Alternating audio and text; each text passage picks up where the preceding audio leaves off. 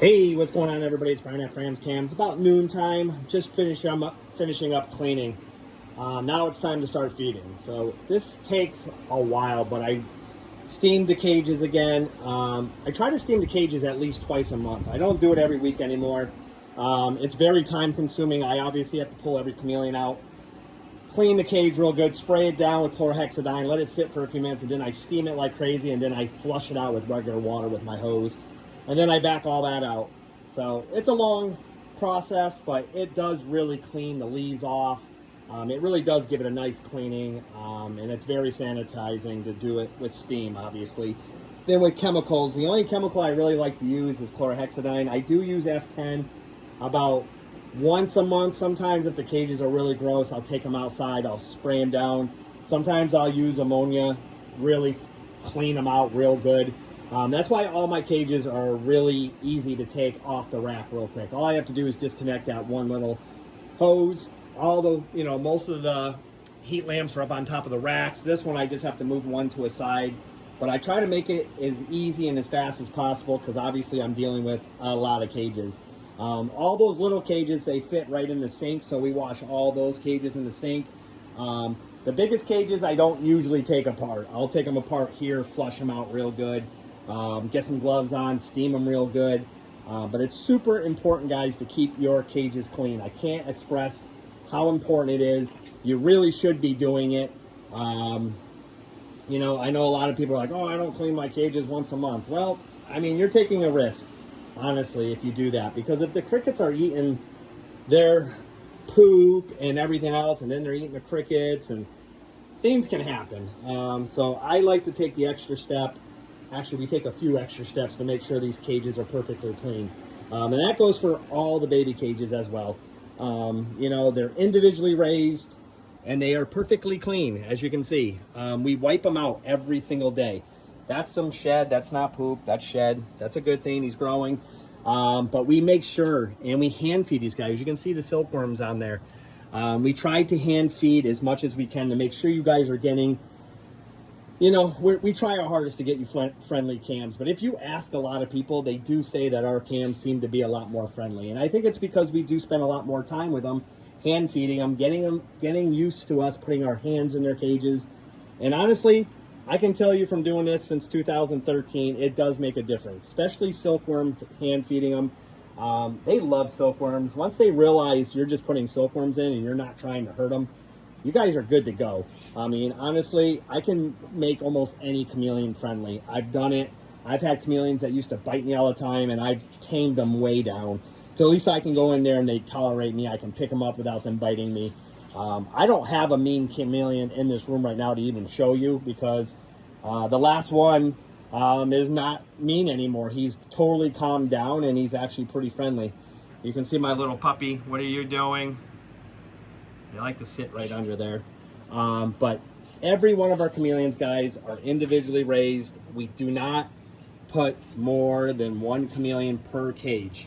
I'm not saying I haven't done it in the past because we all have, but from doing this as long as we have, I can tell you it's night and day difference. I wouldn't buy a chameleon that's been raised together. I'm telling you, you're going to run into issues. You're going to run into stressed out cams. You're going to get a cam that wasn't fed as well as the other one. There's always a dominant chameleon in that cage that's eating way more than the other one. He might not be getting all the nutrients that he needs. You're going to get a chameleon that might be missing some parts. It's just not worth it. We don't do that here. I'm not saying we haven't in the past because I was always told that it was okay to raise a few chameleons up together. If we have to put a few chameleons in for a day or two because I'm waiting for a cage to open up, I'll put 3 females in one cage. But I don't have to really do that anymore. We have so many cages. I still have another 80 of these that I haven't even put together yet. If we need to, I will.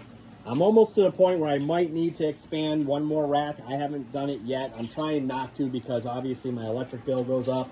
That's a lot more UVB bulbs running. And this electric bill in this room right now is insane. It was just shy of $1,600 this month. That makes me a little nervous. Summer's coming, and then we like to run our AC. I'm guessing we're going to be close to that $1,900 range this summer, which is just really, honestly, absolutely insane. But it's part of doing this, guys, and there's a lot of expense that people don't understand that goes into this, and everybody thinks this is just a big money-making business, but I can honestly tell you guys, it's not true. You know, first of all, it's not easy to sell chameleons. It's just not. There's a lot of competition. There's a lot of people that waste your time, unfortunately. There's a lot of people that just want to know a lot of things and then don't end up buying you. And I know that's just part of doing this, and we don't mind. It is just part what it is, but it's not easy. A lot of people are shopping, trying to get the better price. I get it. I mean, we all do it, but it's not easy selling chameleons. That's second. Two, the bug bill is insane. Bugs have gone way up since I started doing this, and I mean way up. You know, people that do snakes will really tell you how much things have gone up. I just started getting into snakes again, and I didn't think about how much medium-sized rat costs today, how much mice cost today. When I was doing this years ago, it was pretty cheap. A medium-sized rat is about $3 now. You can get them a little bit cheaper if you buy bulk, but that's pretty expensive, especially if you're feeding once or twice a week. You know, if you're trying to get them bulked up a little bit, even once a week, you know, do the math, guys. If you have 10 snakes, that's going to get real expensive. So you guys got to take all that in consideration when you're doing this. Between your electric bill, bug bill, just make sure you're prepared. Make sure you're doing it right. Don't cut corners. It's not going to get you anywhere, I can promise you that. You're going to get people that are unhappy with what you're selling them, and then you're going to get yourself a bad name, and then that's it. So make sure if you're going to get into this, you're prepared. No more vacations, no more taking time off to go do fun things. This is a full-time job, guys. Even if you only have a clutch, you got to be there. They have to eat every single day. They need water a couple times. You know, if you get yourself a mist keying system, that's great. That'll definitely help you.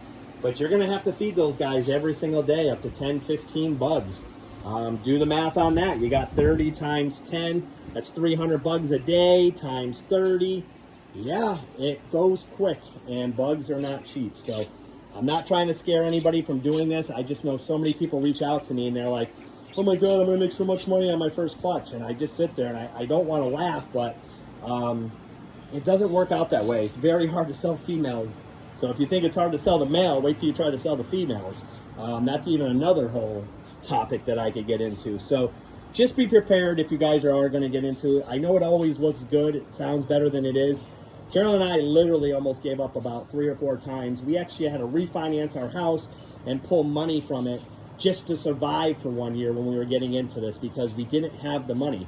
We were running out of money, and our money from our real jobs were not enough. So we literally took a $50,000 home equity on our house to finish the room and help pay for bugs and everything while you're raising up babies. Because don't forget, if you start breeding, you're about 1.5 years out before you'll be lucky to sell one.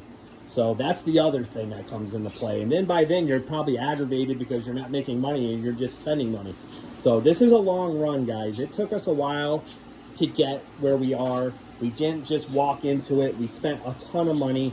You know, we are profitable now, but there's months we're pretty close to being breaking even because what we're putting in, obviously we go a little overboard.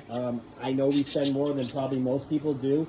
You know, we put all new cages in. I didn't need to, but that's just me being a little anal, and I love everything perfectly clean, and those cages were getting a little gross, and it drives me nuts. I can't sleep at night if my room isn't perfectly clean down here. That's just me, and it's a good and a bad thing. Carolyn loves it because she never has to clean.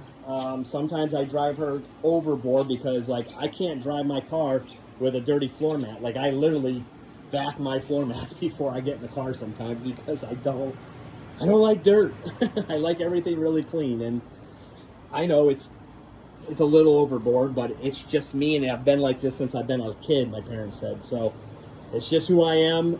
It's a good thing for breeding, though. It's a good thing for doing this kind of stuff because you guys are going to get the healthiest cams possible, and we guarantee it. With a 30-day guarantee, we guarantee live arrival. And then when you buy a chameleon from us, guys, you have us for life.